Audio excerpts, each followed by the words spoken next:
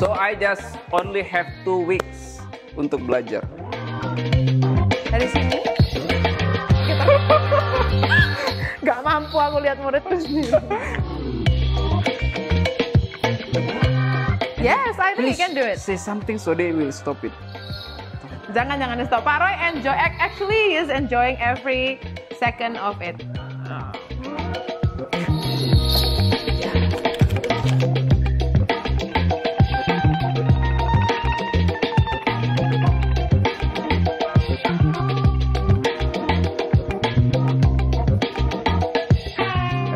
I don't want to open my social media for 2 months, I guess.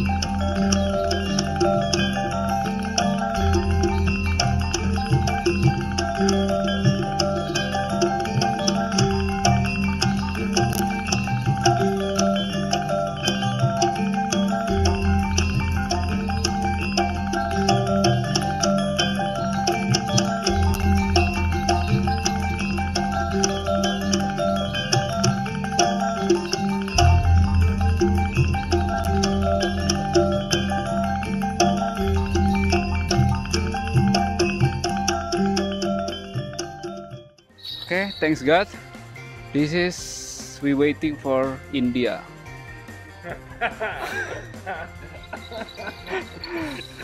Enough. Don't asking me to do something like this, yeah. Remember. No. Live record.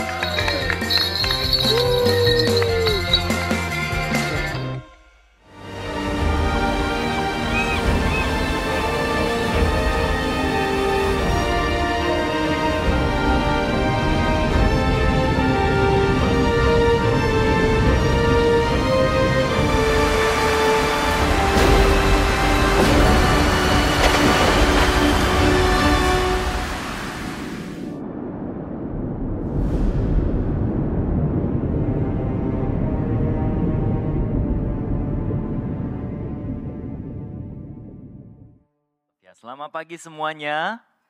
Ya, saya senang sekali bisa bertemu dengan setiap orang yang menghadiri ibadah bahasa Indonesia. Nama saya Pastor Samuel, saya adalah pastor eksekutif di ICA Surabaya. Selamat datang di ibadah ICA Surabaya. Kita sedang melewati sebuah seri yang namanya Tenggelam, ya.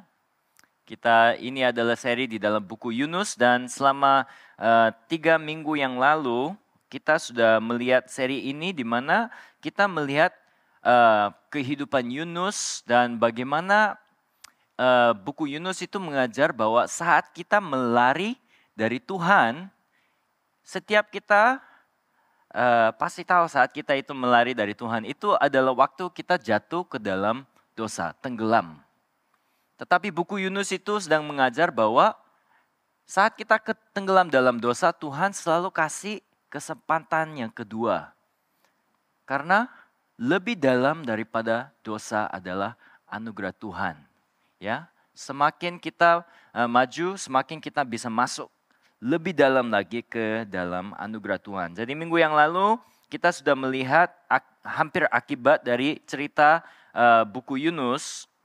Tapi mungkin bagi saudara-saudara yang mungkin tidak hadiri ibadah ICA Surabaya, selama beberapa minggu, kita melihat bahwa Allah menyuruh Yunus untuk pergi ke kota Niniwe supaya dia bisa berkhotbah di kota itu dan menyuruh mereka itu bertobat.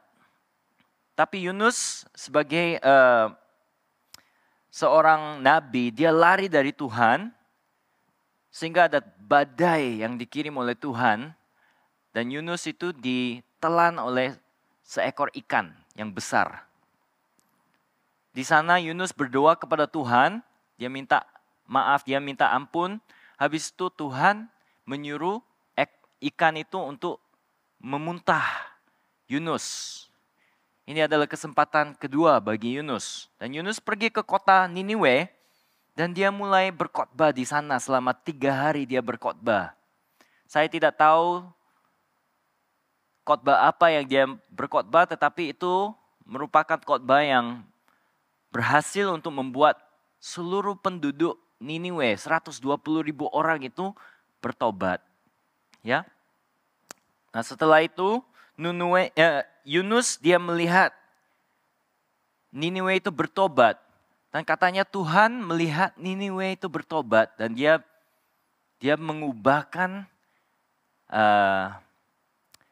rencananya untuk menghancurkan kota Niniwe. Dan oleh karena itu Yunus menjadi marah. Hari ini kita akan berlanjut dengan akhir dari buku Yunus dan kita akan mulai dari Yunus pasal 4 ayat 5. Mari kita baca ya. Lalu keluarlah Yunus dari kota. Ia duduk di sebelah timur kota. Di situ didirikannya sebuah pondok. Lalu ia duduk di bawahnya sampai ia melihat apa yang akan terjadi atas kota itu.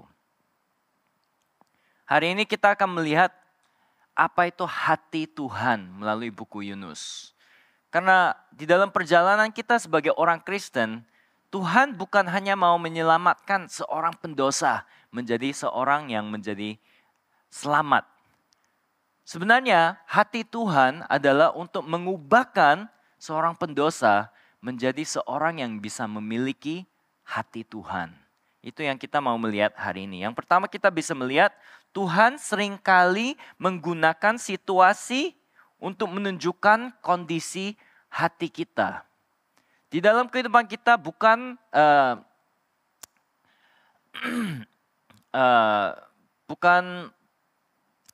chance, random chance. Bukan kebetulan kondisi-kondisi dan situasi-situasi di dalam kehidupan kita itu bukan terjadi karena kebetulan saja. Semua yang kita mengalami di dalam kehidupan kita, kalau kita baca buku Yunus, kita bisa belajar bahwa ada Tuhan yang memakai situasi-situasi dan juga kondisi-kondisi di lingkungan kita untuk bisa mengubahkan atau mempengaruhi setiap kita.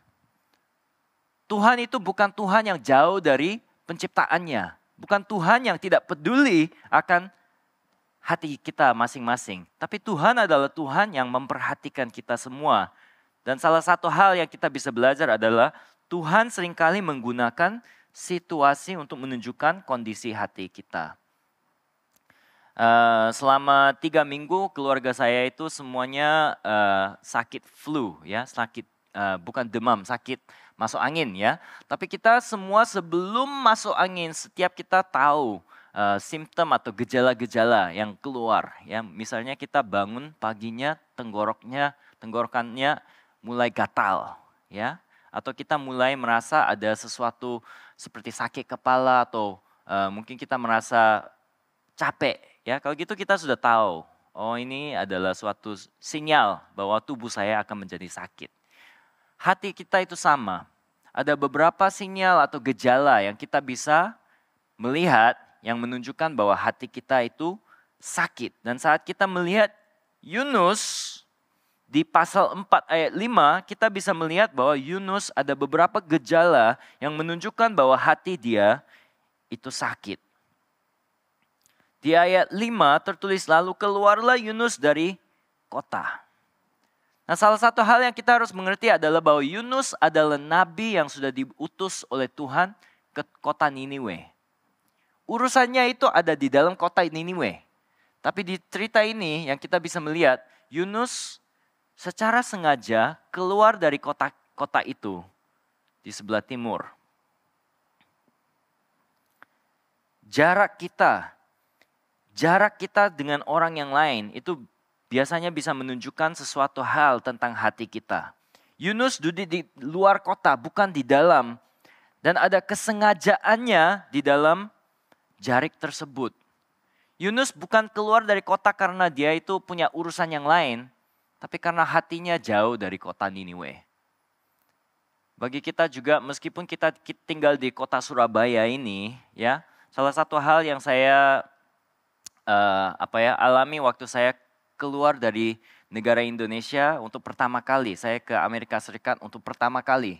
Yang saya sadar itu, di Amerika Serikat tanahnya luas dan ada banyak tempat di mana tidak ada banyak orang yang jaraknya dekat, ya. Di Asia, khususnya kota-kota yang besar, ya, mungkin Amerika Serikat juga kota yang besar itu sama, tapi orang itu sangat dekat. Tetapi ya kita bisa sadar itu meskipun kita dekat sama banyak orang jaraknya, tapi hati kita bisa terasa jauh. Saya tidak tahu persoalan-persoalan orang yang menjadi tetangga saya, ya. Meskipun saya hidup bersama dengan orang-orang di mungkin kampung-kampung di sekitar saya tidak tahu apa itu persoalan-persoalan mereka. Bahkan saya tidak tahu satu orang pun di dalam lingkungan itu. Korea Selatan juga sama. Waktu saya tinggal di Korea Selatan, wah, rumahnya itu sangat dekat. Kalau saya buka jendela, saya bisa melihat jendela mungkin cuma beberapa meter di depan, ya. Orang-orang itu tinggalnya dekat sekali. Tapi kita tidak tahu satu sama yang lain persoalan-persoalan atau apapun, kita tidak senang diganggu. Bahkan di naik kereta di Korea Selatan itu bisa penuh dengan orang. Tapi semuanya melihat HP, tidak ada seorang pun yang mau menyapa atau bilang, halo, selamat pagi, tidak ada seorang pun. Semuanya secara pribadi, ya, secara individu mereka hanya memperhatikan diri mereka sendiri. Mungkin kita juga bisa merasa jarak di antara kita dengan orang yang lain.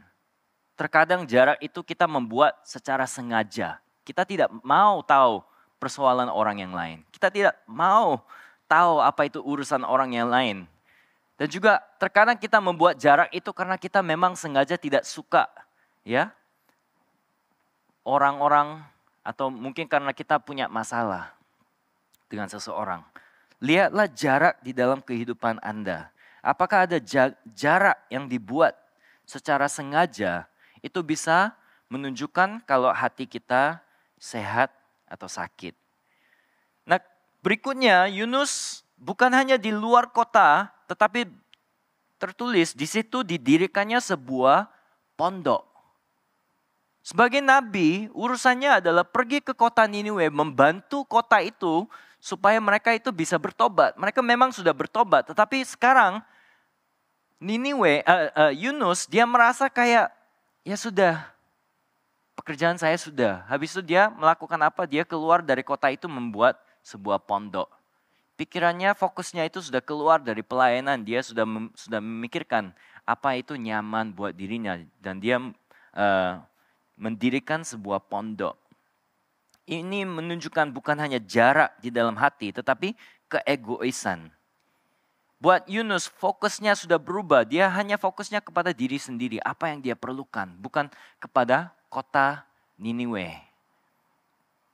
Kita harus mencari hati kita juga. Apakah kita fokusnya selalu kepada hal-hal yang kita perlukan. Atau kenyamanan diri kita.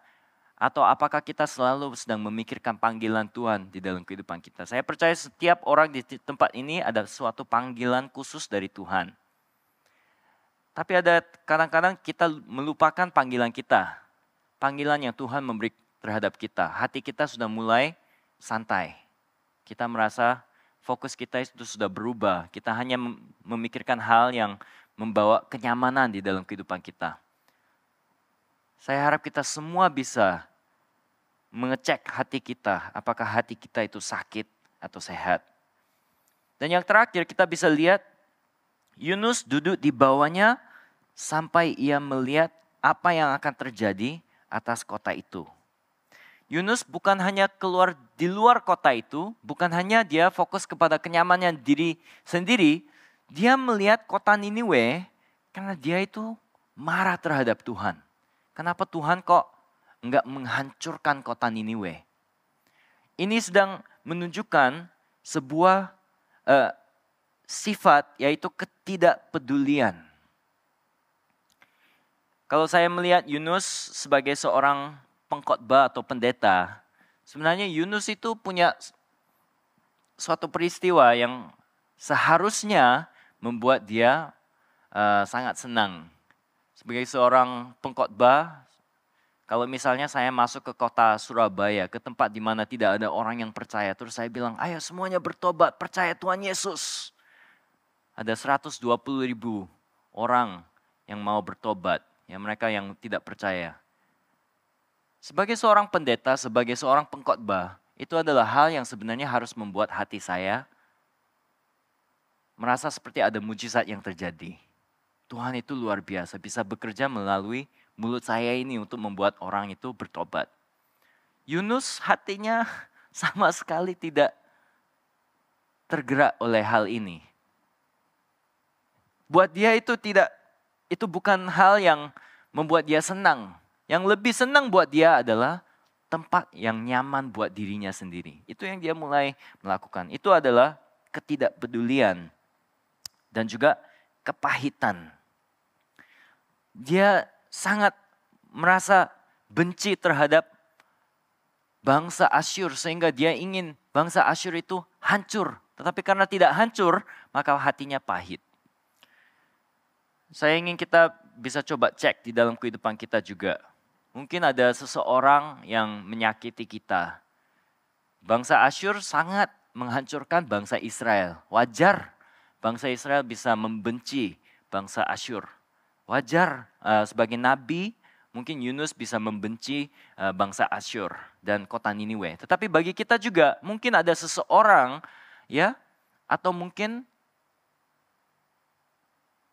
kita mulai masuk politik. Mungkin saya harus hati-hati, ini sedang direkam ya.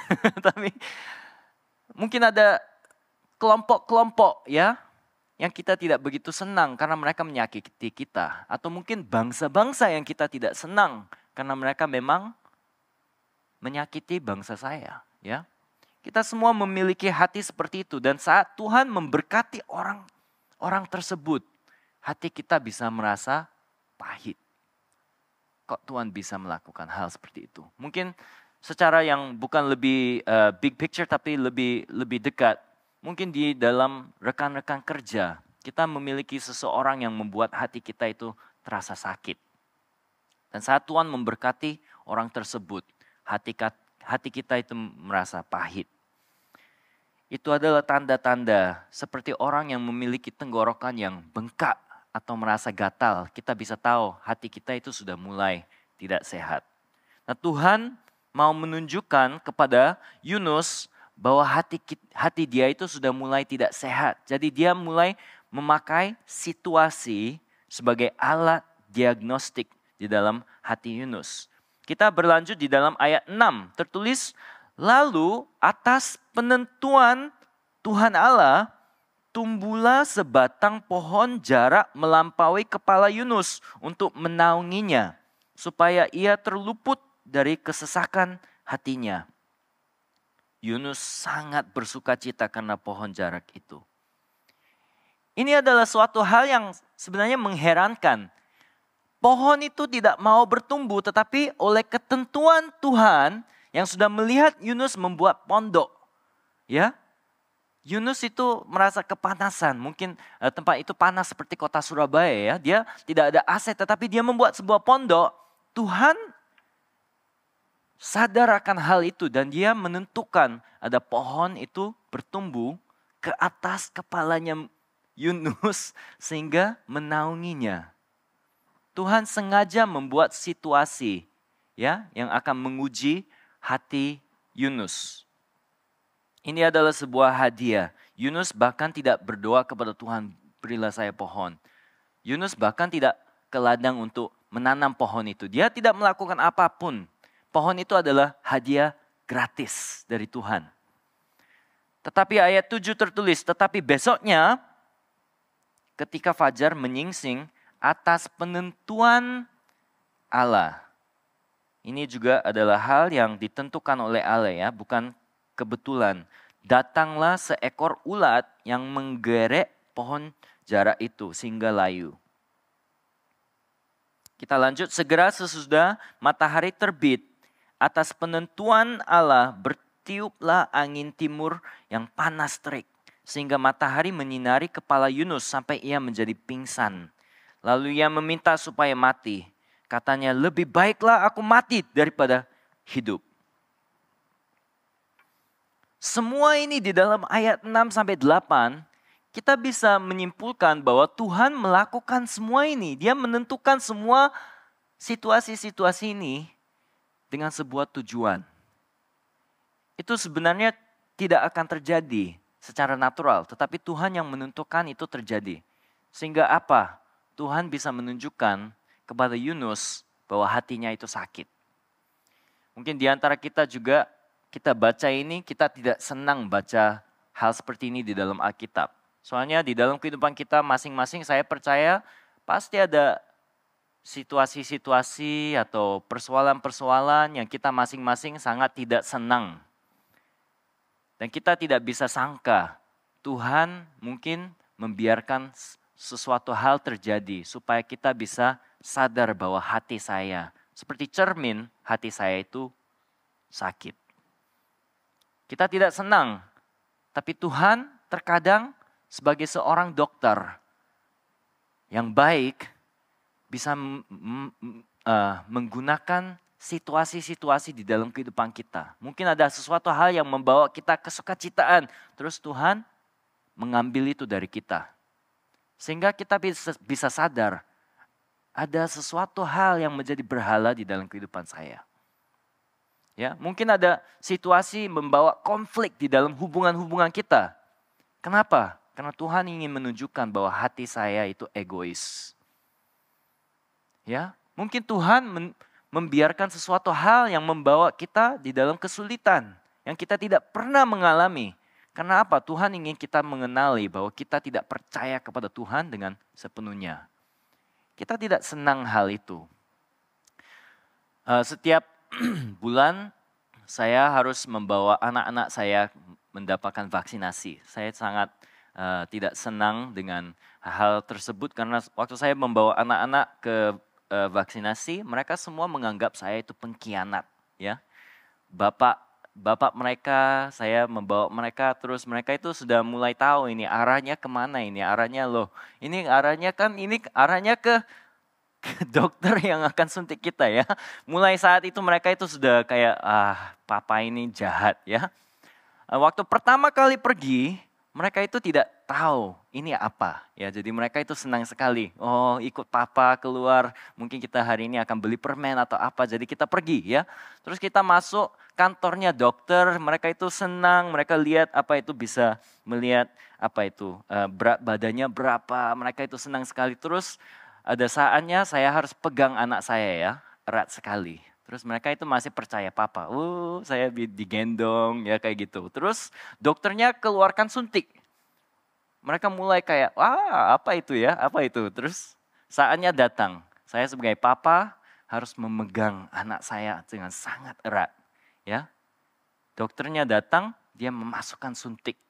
Ya, waktu itu anak-anak saya, mereka melihat muka saya dan mereka semuanya matanya seperti ini. Kau pengkhianat. Saya percaya kamu, kok kamu melakukan hal itu kepada saya ya. Terus mereka menangis terus mereka itu marah sama papa ya. Mereka nggak mau dibilang oh nggak apa-apa kayak gitu. Mereka itu marah. Kok kamu bisa melakukan itu kepada saya ya? Tapi sebagai orang tua memang saya kasih vaksin. Saya tidak mau masuk diskusi tentang apa vaksinasi itu baik atau tidak ya. Itu bukan poin-poinnya ya. Saya kasih vaksinasi itu apa? Karena hati saya sebagai bapak, saya ingin anak-anak saya itu menjadi lebih sehat. Ya. Terkadang kita merasa Tuhan bisa kejam. Dia membawa situasi atau kondisi di dalam kehidupan kita yang sungguh-sungguh seperti cermin. Membawa kita ke dalam situasi di mana kita bisa melihat betapa sakitnya hati kita. Betapa tidak sehat hati kita itu. Mungkin egois, mungkin sangat membenci seseorang, mungkin sangat tidak dewasa. Kita bisa melihat Tuhan terkadang melakukan hal itu. Terkadang Tuhan menghilangkan apa yang membuat kita merasa nyaman untuk menunjukkan apa yang mengendalikan kita. Jadi Yunus, dia seperti anak yang kecil. Sebenarnya buku Yunus ini saya nggak tahu Yunus itu menulis sendiri atau enggak. Karena seluruh buku Yunus ini menggambarkan sebuah gambar nabi yang kurang ajar. Ya. Sebenarnya sebagai seorang nabi mungkin dia merasa malu ada buku seperti buku Yunus. Karena dia di dalam buku Yunus adalah nabi yang lari dari kehendak Tuhan. Tuhan menyuruh dia, ayo kamu ke Niniwe, dia melarikan diri. Ya. Terus Tuhan menyelamatkan dia, kasih dia kesempatan, dia pergi bertobat. Habis itu dia itu marah-marah sama Tuhan. Tuhan, bunuhlah saya. Bunuh aja sekarang. Mana ada nabi seperti itu ya. Dia marah sama Tuhan. Oleh karena pohonnya yang membawa dia kenyamanan itu diambil. Dia marah. Katanya, lebih baiklah aku mati daripada hidup. Di kota Surabaya kita semua perlu AC mungkin ya. Dan ada waktu di mana AC kalau rusak kita bisa membayangkan, wah itu terasa seperti siksa di tengah malam hari. Kita merasa, saya tidak bisa tidur, ini mengganggu saya terlalu banyak. Ya, mungkin bukan semua saudara-saudara, tetapi ada orang-orang yang khususnya tidak bisa hidup tanpa AC ya. Mereka merasa kayak, saya sangat terganggu. Tapi saya juga salah satu dari anggota seperti itu. Kalau tidak ada AC di malam hari di kota Surabaya, saya merasa sangat terganggu, sangat panas, sangat tidak nyaman dan saya tidak bisa tidur. Nah, saya harus bertanya kepada diri saya sendiri. Oleh karena kenyamanan, saya bisa sampai tidak bisa tidur, terganggu. Tapi di kota Surabaya ini ada lebih dari 90% dari kota ini yang mungkin belum selamat. Mereka itu semua dekat sama saya. Apakah saya pernah mengalami malam di mana saya itu sangat terganggu sampai tidak bisa tidur oleh karena 90% dari penduduk kota ini belum percaya Tuhan Yesus. Seperti Yunus, ada satu pohon yang diambil, dia itu sudah bilang, Tuhan ambil aja nyawa ini. Tapi ada satu kota yang mau hancur, Yunus tidak pernah menangis demi satu kota itu. Ini adalah buku yang sedang menunjukkan hati Yunus tidak sehat. Kondisi hatinya sudah rusak. Dan bagi kita yang membaca buku ini juga, ini adalah suatu peringatan. Mungkin hati kita juga tidak sehat. Dan Tuhan ingin menunjukkan kepada kita bahwa ada sesuatu hal yang kita harus belajar. Yang kedua kita bisa belajar adalah bahwa misi Tuhan adalah untuk mengubahkan hati kita. Ada satu hal yang kita mungkin sulit untuk percaya, yaitu bahwa di dalam kehidupan bukan semua itu kebetulan, tetapi ada rencana Tuhan di dalam kehidupan kita masing-masing. Itu sangat sulit untuk percaya. Ya, mungkin di antara kita ada orang yang tidak percaya hal itu. Mana mungkin Tuhan membawa kondisi-kondisi situasi untuk saya secara pribadi.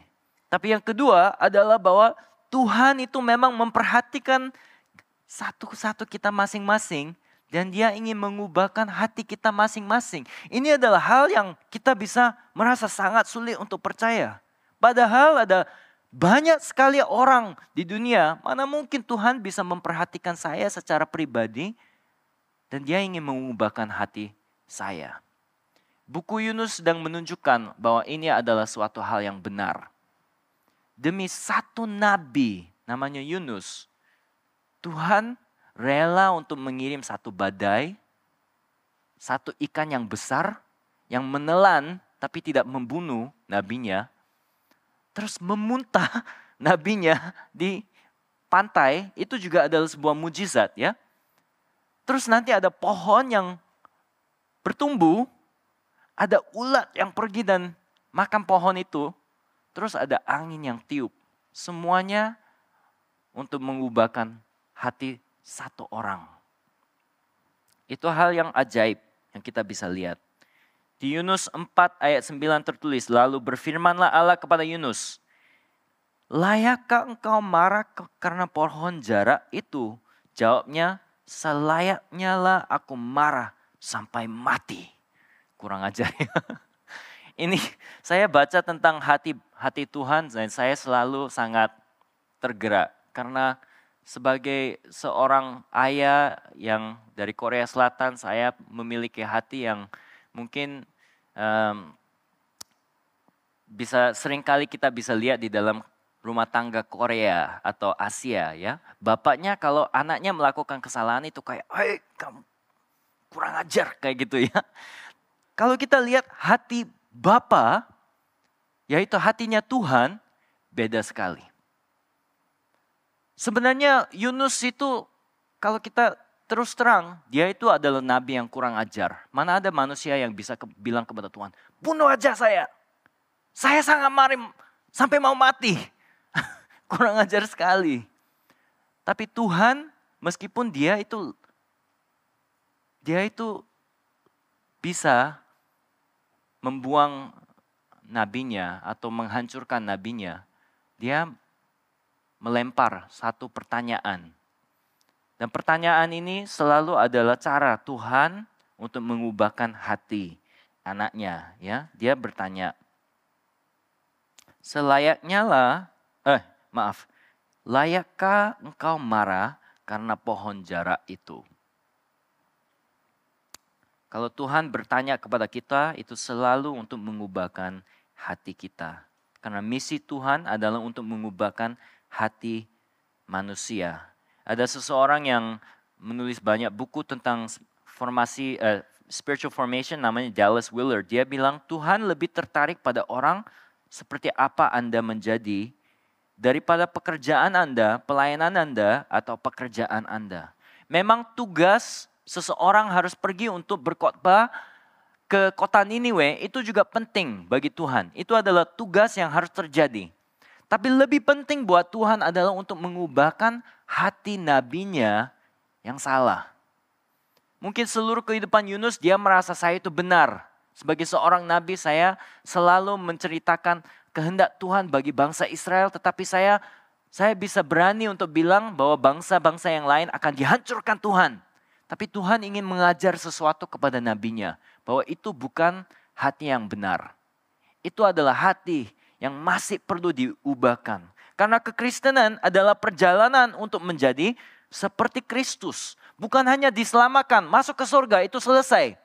Kekristenan adalah perjalanan di mana Tuhan ingin mengubahkan hati kita masing-masing. Sehingga kita semua memiliki hati yang mirip sama hati Yesus.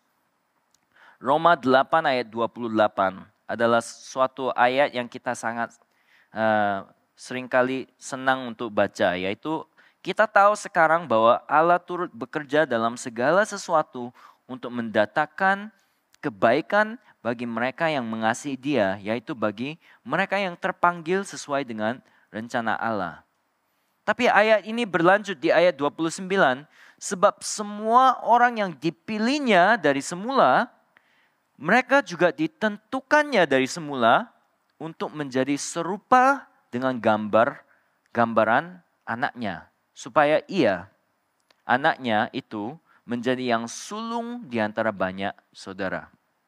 Rencana Tuhan adalah supaya Yesus menjadi yang sulung dan ada banyak anak-anak Tuhan yang menjadi seperti Yesus. Jadi hati Yesus itu seperti apa? Kita baca di Yunus 4 ayat 10-11. Lalu berfirmanlah Tuhan, engkau sayang kepada pohon jara itu yang untuknya sedikit pun engkau tidak berjeripayah. Dan yang tidak engkau tumbuhkan, yang tumbuh dalam satu malam dan binasa dalam satu malam pula. Bagaimana tidak aku sayang kepada Niniwe, kota yang besar itu, yang berisikan lebih dari 120.000 orang, yang semuanya tidak tahu membedakan tangan kanan dari tangan kiri, apalagi hewan yang banyak. Hati Tuhan adalah hati yang sedang memperhatikan orang-orang yang terhilang. Di negara Indonesia mungkin penduduknya hampir 300 juta orang. Di antara 300 juta itu mungkin 250-an adalah orang-orang yang tidak percaya. Saya merasa Tuhan saat melihat negara bangsa Indonesia pasti Dia sedang memperhatikan setiap orang yang masih belum percaya. Hatinya itu tergerak bagi bangsa ini. Yesus saat dia melihat kota Yerusalem, sifatnya beda sekali sama Yunus. Kita bisa lihat, meskipun Yesus tahu bahwa Yerusalem di tempat itu dia akan disalibkan. Ya, dia tahu hal itu, tetapi dia bilang di ayat 41, ketika Yesus telah dekat dan melihat kota itu, ia menangisinya. Hati Yesus, hati Tuhan adalah hati yang memperhatikan orang-orang yang terhilang. Di antara keluarga kita mungkin ada orang yang belum percaya, rekan kerja, lingkungan kita, kota kita, negara kita. Negara yang lain pun. Saya harap kita semua bisa tergerak bagi orang-orang tersebut. Hati Tuhan juga adalah hati yang memperhatikan orang yang hancur. Hancur karena masuknya dosa di dunia. Di Indonesia dan di banyak tempat-tempat yang lain ada hal seperti pinjol yang sedang terjadi. Orang-orang yang tidak memiliki uang, mereka cari uang, sumber uang yang cepat, terus mereka tidak sadar mereka mendapatkan pinjam uang yang ilegal, bunganya tinggi, orang-orang menagih utang itu dengan cara yang tidak benar dan kita bisa melihat di sekeliling kita ada orang-orang yang kehidupannya sangat terhancur karena mereka itu ada di dalam situasi tersebut. Banyak orang di sekeliling kita, lingkungan kita bisa melihat mereka itu kehidupannya kayak orang yang terhancur. Kita harus memiliki hati yang memperhatikan mereka. Mata kita harus terhadap mereka. Makanya kita memiliki pelayanan yang seperti YDP. Ya, kita sedang memperhatikan orang-orang di lingkungan kita. Saya harap kita semua memiliki sebuah beban terhadap orang-orang yang mungkin mengalami kehancuran. Saya tahu setiap Natal ada beberapa orang yang berkumpul untuk membantu janda dan yatim piatu. Ada juga orang-orang yang memiliki beban yang Tuhan memberi kepada mereka yang jujur saya tidak memiliki. Saya merasa itu adalah sebuah panggilan yang Tuhan memberi kepada saudara masing-masing. Jangan mengabaikan ya panggilan itu dari Tuhan. Ya, yang terakhir Tuhan memiliki hati yang memperhatikan bahkan orang yang memberontak. Ini adalah salah satu hal yang membuat Tuhan sangat baik. Kalau saya memiliki nabi yang seperti Yunus, saya tidak sanggup untuk mengampuni dia. Untuk memberi dia suatu kesempatan lagi. Dan kesempatan lagi. Dan kesempatan lagi. Dan sabar hati. Dan bertanya kepada dia. Hai Yunus, layakkah kamu untuk marah? Saya mungkin sudah keluar marah sekali sama Yunus. Hai kamu, kurang ajar ya. Tuhan sangat baik hati. Dan sebenarnya dia adalah Tuhan yang sabar hati sama setiap kita. Kita semua adalah pemberontak. Seluruh hidup kita itu adalah orang seperti Yunus. Memberontak kepada Tuhan terus. Tapi Tuhan dengan sabar hati terus bertanya. Sam, kamu layak untuk marah atau enggak? Ya, itu adalah hati Bapa. Tidak boleh selesai di situ saja.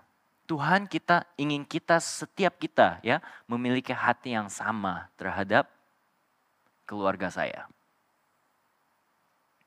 Orang tua, anak-anak, saudara-saudari, sama rekan kerja saya.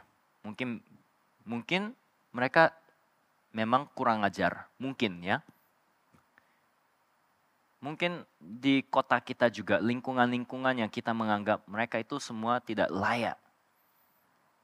Saya tidak tahu, tapi saya tahu Tuhan sangat mengampuni dan memberi anugerah yang besar terhadap orang yang memberontak. Yesus pun di kayu salib menunjukkan hal ini. Lukas 23 ayat 34. Yesus berkata, "Ya Bapa, ampunilah mereka sebab mereka tidak tahu apa yang mereka perbuat." Dan mereka membuang undi untuk membagi pakaiannya. Saya mau mengundang pemain musik maju.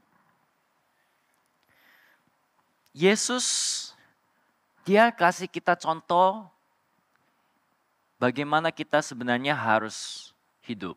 Yunus memberi contoh bagaimana kita tidak boleh hidup. Yesus menjadi orang yang lebih hebat daripada Yunus. Ya, Yesus menunjukkan kepada kita bagaimana hati Bapa itu. Yesus, dia menangis bagi kota Yerusalem. Dia minta Bapa mengampuni orang yang bersalah kepada dia. Dan akhirnya buku Yunus, akhirnya sebenarnya adalah suatu akhir yang mungkin kita tidak senang saat kita mengalaminya di dalam suatu film atau buku. Akhirnya tidak ada kesimpulannya. Tidak ada penyelesaiannya ceritanya. Akhirnya adalah pertanyaan Tuhan terhadap Yunus. Terus tidak ada kesimpulan. Jadi Yunus mengubah hatinya. Tidak ada. Atau Yunus marah terus dibuang Tuhan. Tidak ada. Ya. Tidak ada kesimpulannya. Akhir dari buku Yunus adalah seperti ini. Bagaimana tidak aku sayang kepada Niniwe? Itu adalah kata-kata Tuhan. Itu akhirnya buku. Karena apa? Tuhan ingin kita semua juga menerima pertanyaan dari Tuhan itu. Yaitu apa? Pertanyaan Tuhan. Apakah kamu akan memiliki hatiku? Apakah kamu akan memiliki hatiku terhadap keluargamu, terhadap rekan kerjamu, terhadap kota Surabaya ini yang lebih dari 90% masih belum percaya, terhadap negara bangsa ini? Saudara-saudara, waktu kita mengalami doa dan puasa breakthrough, saya jujur, saya kira Tuhan akan menjawab doa saya. Karena saya punya pokok-pokok doa. Tapi selama waktu itu Tuhan membuat saya nangis bagi bangsa Korea Selatan. Saya percaya Tuhan kasih beban di hati kita masing-masing terhadap orang-orang yang terhilang, orang-orang yang terhancur, orang-orang yang memberontak di dalam kehidupan kita. Mari kita mendengar suara Tuhan itu. Saat Tuhan bertanya, apakah kamu akan memiliki hatiku? Mari kita menjadi orang yang bilang, ya Tuhan, saya mau memiliki hatimu. Mari kita berdoa. Tuhan, setiap kami di ruangan ini, saya percaya kami semua telah menerima anugerah-Mu yang kami bisa mengatakan, anugerah yang sangat tidak kami, anugerah yang tidak bisa terukur, yang kami tidak melakukan apa-apa, tetapi Engkau memberi kepada kami semua. Tuhan, kami ingin memiliki hati-Mu. Hati Bapa kami ingin memiliki. Karena hati kami itu tidak sanggup untuk mengampuni, untuk memberi anugerah, untuk mengasihi, untuk sabar hati. Hati kami itu tidak sanggup Bapa. Tapi kami percaya kata-kata di dalam Yehezkiel 36. Kamu akan kuberikan hati yang baru dan roh yang baru di dalam batinmu. Dan aku akan menjauhkan dari tubuhmu hati yang keras dan kuberikan kepadamu hati yang taat. Tuhan, kiranya itu bisa terjadi di dalam hati kami masing-masing. Sehingga hati kami itu lembut. Hati kami itu bisa dipakai oleh Tuhan. Tuhan, pakailah setiap kami. Jadikanlah kami untuk menjadi hamba-Mu dimanapun Engkau mengutus kami. Untuk memiliki hati-Mu. Tuhan, utuskanlah kami dengan hati-Mu. Pagi hari ini kami berdoa Tuhan, kami semua Tuhan kirimlah dengan kasih-Mu. Kiranya kasih Allah Bapa yang sangat besar, anugerah Yesus Kristus, dan pesertaan Roh Kudus bisa berserta di atas setiap orang yang ada di tempat ini. Supaya kami bisa pergi dengan hati Bapa kemanapun kita pergi. Tuhan, kami minta semua itu terjadi di dalam kehidupan kami. Di dalam nama Tuhan Yesus kami berdoa. Amin. Amin. Terima kasih semuanya. Selamat hari Minggu dan sampai jumpa minggu depan. Kami senang Anda bergabung dengan ibadah ICA hari ini. Selamat berakhir pekan dan sampai jumpa minggu depan. Tuhan berkati Anda dan keluarga. Mission Sunday akan diadakan di ICA East pada 26 Oktober dan di ICA West pada 2 November. Pastikan Anda hadir di sana.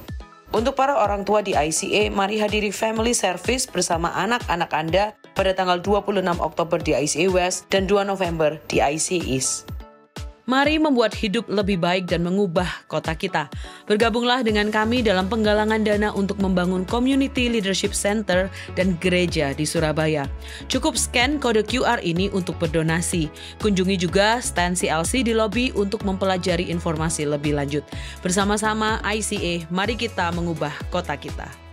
ICA, Natal segera tiba dan kami ingin mengajak Anda terlibat dalam Christmas Production. Ada banyak pilihan posisi untuk Anda. Daftarkan diri melalui link ini atau scan QR Code di layar. Mari persiapkan Natal bersama-sama. ICA Young Adults membutuhkan volunteer khususnya untuk tim worship dan group leaders. Jika Anda merasa terpanggil untuk melayani para young adult, silakan kunjungi icasby.com/volunteer. ICA Social Ministry dan ICA Youth akan mengadakan Christmas Outreach untuk keluarga YDP. Mulai September hingga Oktober kami akan mengumpulkan donasi pakaian layak pakai untuk keluarga yang membutuhkan. Donasi dapat diberikan di booth CLC yang ada di lobi ICA. Pakaian dibutuhkan untuk semua usia dan harus dalam kondisi baik. Untuk informasi lebih lanjut, silakan scan QR Code yang ada di layar. Memberikan persembahan menjadi semakin mudah. Silakan scan QR Code di layar dengan menggunakan aplikasi bank Anda atau kunjungi icasby.com/giving untuk informasi lebih lanjut. Sumbangan dana untuk beasiswa YDP memiliki kode QR yang baru. Dana beasiswa YDP membantu anak-anak remaja kurang mampu di komunitas agar dapat mengejar impian mereka untuk mendapatkan pendidikan di perguruan tinggi. Pemberian untuk program ini sekarang memiliki kode QR sendiri, sehingga akan lebih mudah untuk Anda memberi dan mendukung impian anak-anak di YDP. ICA membuka kesempatan untuk Anda dapat bergabung menjadi volunteer di ICA untuk melayani dalam bidang service media dan juga hospitality. Untuk mendaftarkan diri menjadi volunteer di ICA, Anda bisa scan QR Code di layar atau di meja informasi yang ada di lobi. Mari melayani Tuhan dan memberkati gerejanya. Kelompok kecil adalah cara terbaik untuk terhubung dan bertemu dengan lebih banyak teman di ICA. Apabila Anda belum tertanam dalam komunitas Go Group di ICA, silakan kunjungi website ICA atau buka dari aplikasi Church Center untuk menemukan Go Group yang tepat bagi musim kehidupan Anda saat ini. Mari bertumbuh melalui Go Group. Kami rindu untuk bisa mendoakan Anda. Bagikan pokok doa Anda melalui tautan bit.ly/ICA Prayer Online dan bersama kita melangkah dan percaya bahwa Tuhan bekerja. Bergabunglah dalam doa online ICA setiap Selasa malam pukul 7:30 melalui Zoom. Cek sosial media kami setiap hari Selasa untuk informasi link tersebut. Mari bersekutu dalam ibadah serta doa bersama. Tahukah Anda bahwa catatan khotbah ICA dapat ditemukan setiap minggunya di aplikasi Alkitab YouVersion? Setelah mengunduh aplikasi YouVersion, cukup klik Events, ketik lokasi ICA Anda di hari itu, yaitu ICA West atau ICA East, untuk menemukan catatan khotbah dan semua ayat Alkitab untuk khotbah hari Minggu tersebut. Selamat mencoba! Untuk informasi lebih lanjut tentang kegiatan di gereja ICA, tautan penting, pengumuman yang mungkin terlewatkan, serta form pendaftaran, silakan mengunduh aplikasi Church Center, satu aplikasi untuk semua informasi tentang ICA Surabaya. ICA mengadakan ibadah setiap minggu di gereja dan juga online di YouTube channel ICA Surabaya. Bergabung bersama kami setiap hari Minggu untuk menyembah dan belajar firman Tuhan bersama-sama. Ikuti sosial media ICA Surabaya di YouTube, Facebook, Instagram, dan Spotify. Anda dapat menemukan berbagai informasi, playlist musik, video, renungan, dan lainnya.